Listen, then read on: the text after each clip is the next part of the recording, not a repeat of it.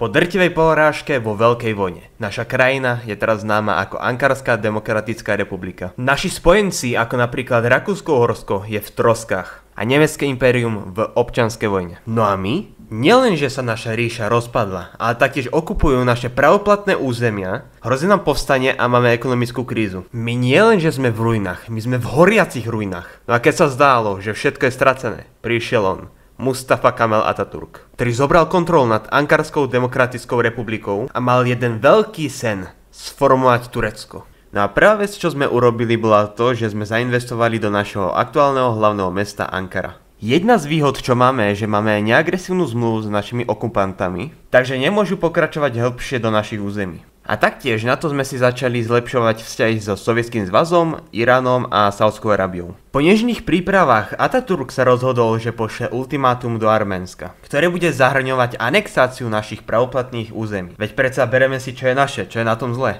Aj keď sme izolovaná krajina s odrezaným prístupom k zvyšku svetu, stále musíme dávať pozor, čo sa deje na svetovom pódiu. Napríklad ten jeden capek, čo neprešiel umeleckou školou, vyhráva v Nemecku a Saudská Arábia sformovala antikolonizačnú alianciu. No a potom, čo sme dosiahli 200 000 tovární, sme sa rozhodli zmobilizovať svoju armádu a zaútočiť na Sýriu. A prečo na Sýriu? Pretože je slabá a cez ňu môžeme mať aj prístup k zvyšku svetu.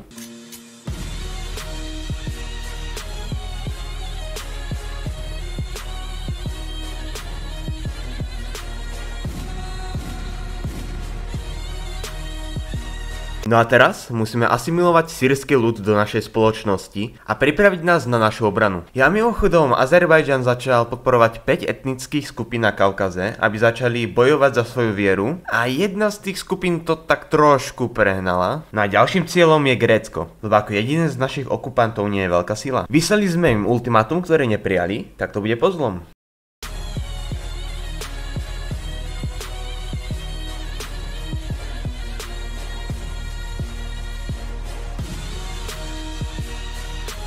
Aj keď to bol ťažký súboj, my sme ho vyhrali a oslobodili sme Istanbul. Ale ešte ho nemôžeme urobiť hlavným mestom, lebo nikdy nevieme, keď sa Grécko vráti. No a teraz musíme urobiť rýchlu inváziu do talianskej zóny, kým je Taliansko zaneprázdnené u seba doma.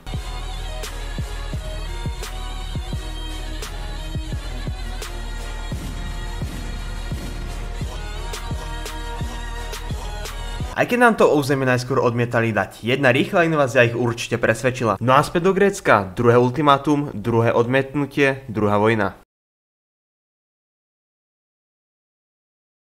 Ale keďže Grécko nebralo naše ultimátum seriózne a nepočítalo s tým, že by sme vyhlásili vojnu, tak neboli moc pripravení a po prvom kole sa vzdali. No a Briti sú poslední okupanti, čo tu zostali. Tak poďme ich vykopnúť z Turecka.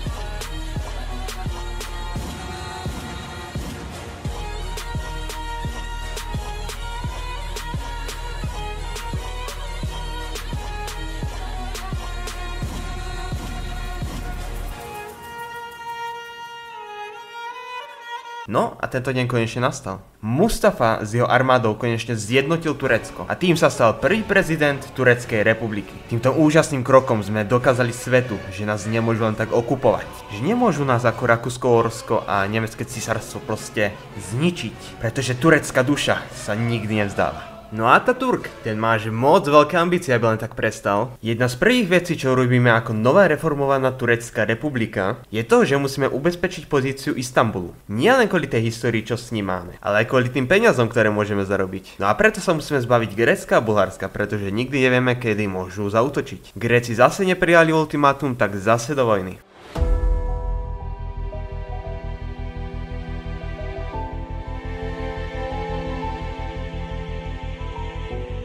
Grécko vyriešené, Bulharsko nasleduje. Ale pri asimilácii Grékov, Bulharsko na nás vyhlásilo vojnu ako prvé. Vedeli o našich plánoch, takže určite musia mať agenta u nás.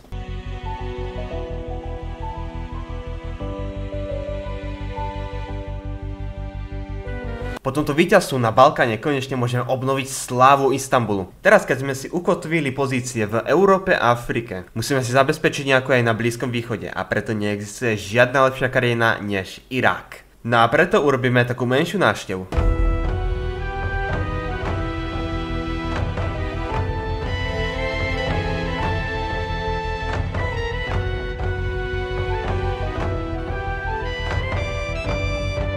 A zvládli sme to, aj máme prístup do Perského zálivu.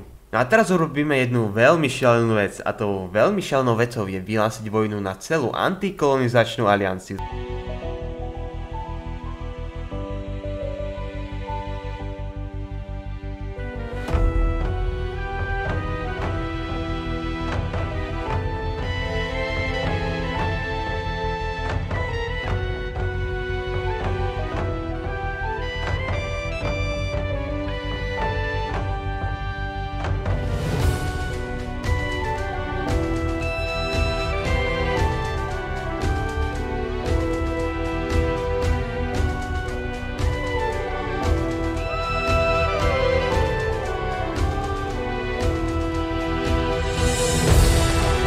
A bol to veľký úspech, zjednotili sme celý arabský poloostrov. Naviac, čo sa týka tej ich antikolonizačnej politiky, to sa vôbec nemusí rušiť, lebo my ich nekolonizujeme, my ich asimilujeme. Potom sme zaútočili na britské kolónie, čo viedlo k zlepšeniu vzťahov s tými, čo nechcú kolonizáciu. A niektorí sa na nás dívajú ako na hrdinov, čo zjednotili Arábiu. Taktiež musíme pokračovať na sever, aby sme si uistili prevahu v Čiernom mori.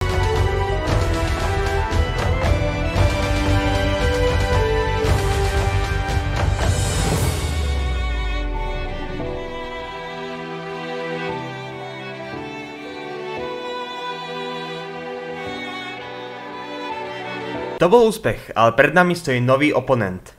Taliansko. V posledných 10 ročiach medzi Talianskom a Tureckom sa naše vzťahy dosť zhoršili. Nielenže nám ukradli Líbiu, bojovali proti nám v prvej svetovej vojne, ale dokonca ešte sa opovažili nás okupovať. Nemôžeme to nechať len tak. A preto opäť využijeme situácie, kedy bojujú s Československom a zaútočíme na nich.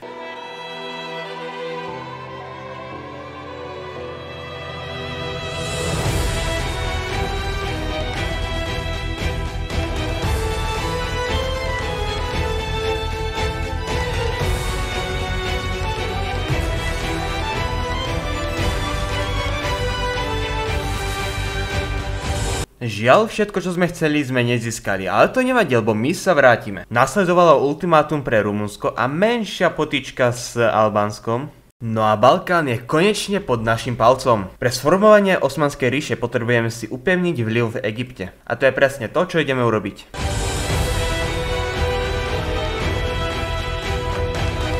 Ďalší na našom hľadačíku je Sovietsky zväz. Pri invázii sme sa rozhodli využiť taktiku vylodenia a taktiež využitia prístupu od Grúzie.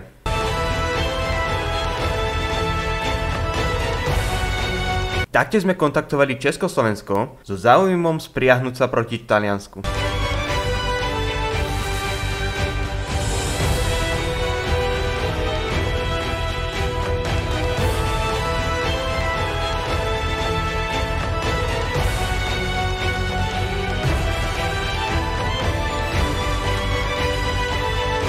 Dámy a pánové, po ďalšej úspešnej výhre v Taliansku sa ľudia z celej našej republiky zhromáždili v Istanbule. Pretože v tento deň Osmanská ríša ako Fénix povstala z popola a zobrala si to, čo je jej. Ak si myslíte, že tuto Ataturkové ambície končia, tak sa milíte. Naša Osmanská ríša bola ukrivdená ešte o moc veľa teritórií, aby sme len tak prestali. A preto musíme niečo s tým robiť, lebo sme sami a nikto nám nepomôže. No ako prvý cieľ, náš dlhoročný nepriateľ Perzia. Alebo Irán po novom. Pretože teraz sa nachádza v dosť nepríjemnej vojne, ktorú využijeme pre náš prospech.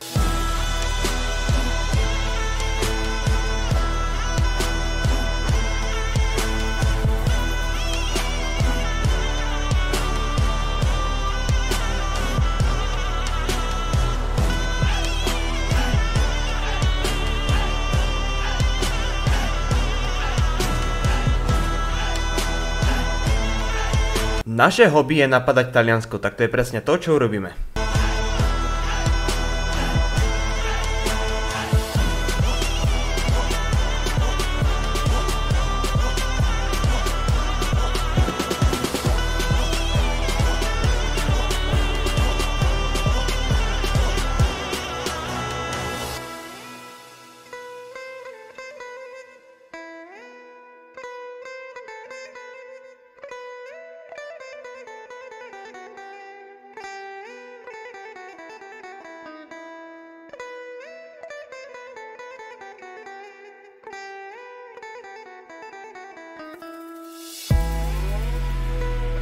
Popri našej úspešnej ofenzíve do Talianska na nás zaútočilo Španielsko. Však my im ukážeme parchantom, začietol lokeť. Popri tom, čo sme všetko anexovali, sme vypustili Líbiu ako našeho vazala. Na severe som mal skončiť útok po tom, čo padne Viedňa. A keď som videl, ako chce nemecký maliar okupovať Československo, som musel zasiahnuť a oslobodiť ho, teda aspoň to, čo sa dalo. A teraz poďme dať Španielsku to, čo si zaslúži.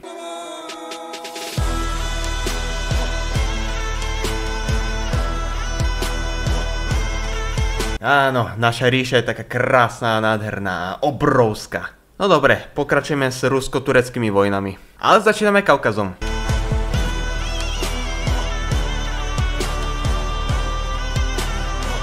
Pri útoku do Grúzie sme si pomýlili americkú armádu s vojenským prístupom za tú gruzínsku. Takže aktuálne sa nachádzame vo vojne. Aj to bude zase diplomácie, kým to vyriešime. Takže zatiaľ čo Ataturk rokuje, my sme zaútočili do severnej Osetie, Alanie, Azerbajdžanu a Turkmenistanu.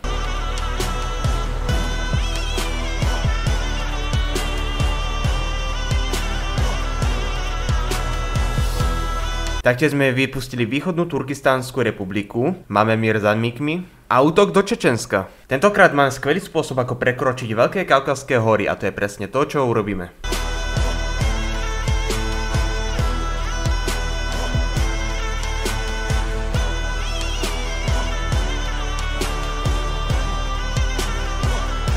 Konečne po dlhšom čase sme aj my vyhrali jednu z ruso-tureckých vojen. A tentokrát sme anexovali všetko po Volgu a rozdelili si Stalingrad na polovicu. Menšia mierová operácia.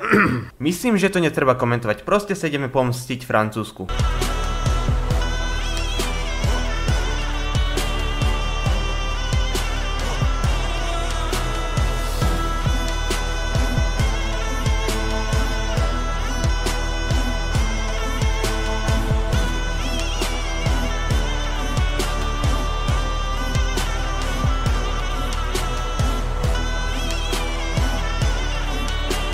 Tá istá situácia, čo sa stala s Američanmi, sa stala aj s Nemcami, ale našťastie všetci prijali mier, tak je všetko v poriadku. No ale teraz si zajdeme do Etiópie.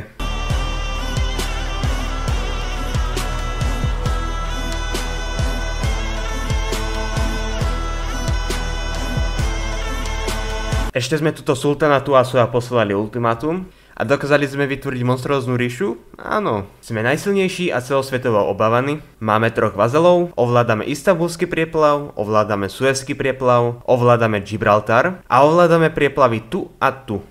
A samozrejme Čierne more, Kaspické more, Perský záliv, Červené more a samozrejme Stredozemské more sú všetky pod našou kontrolou.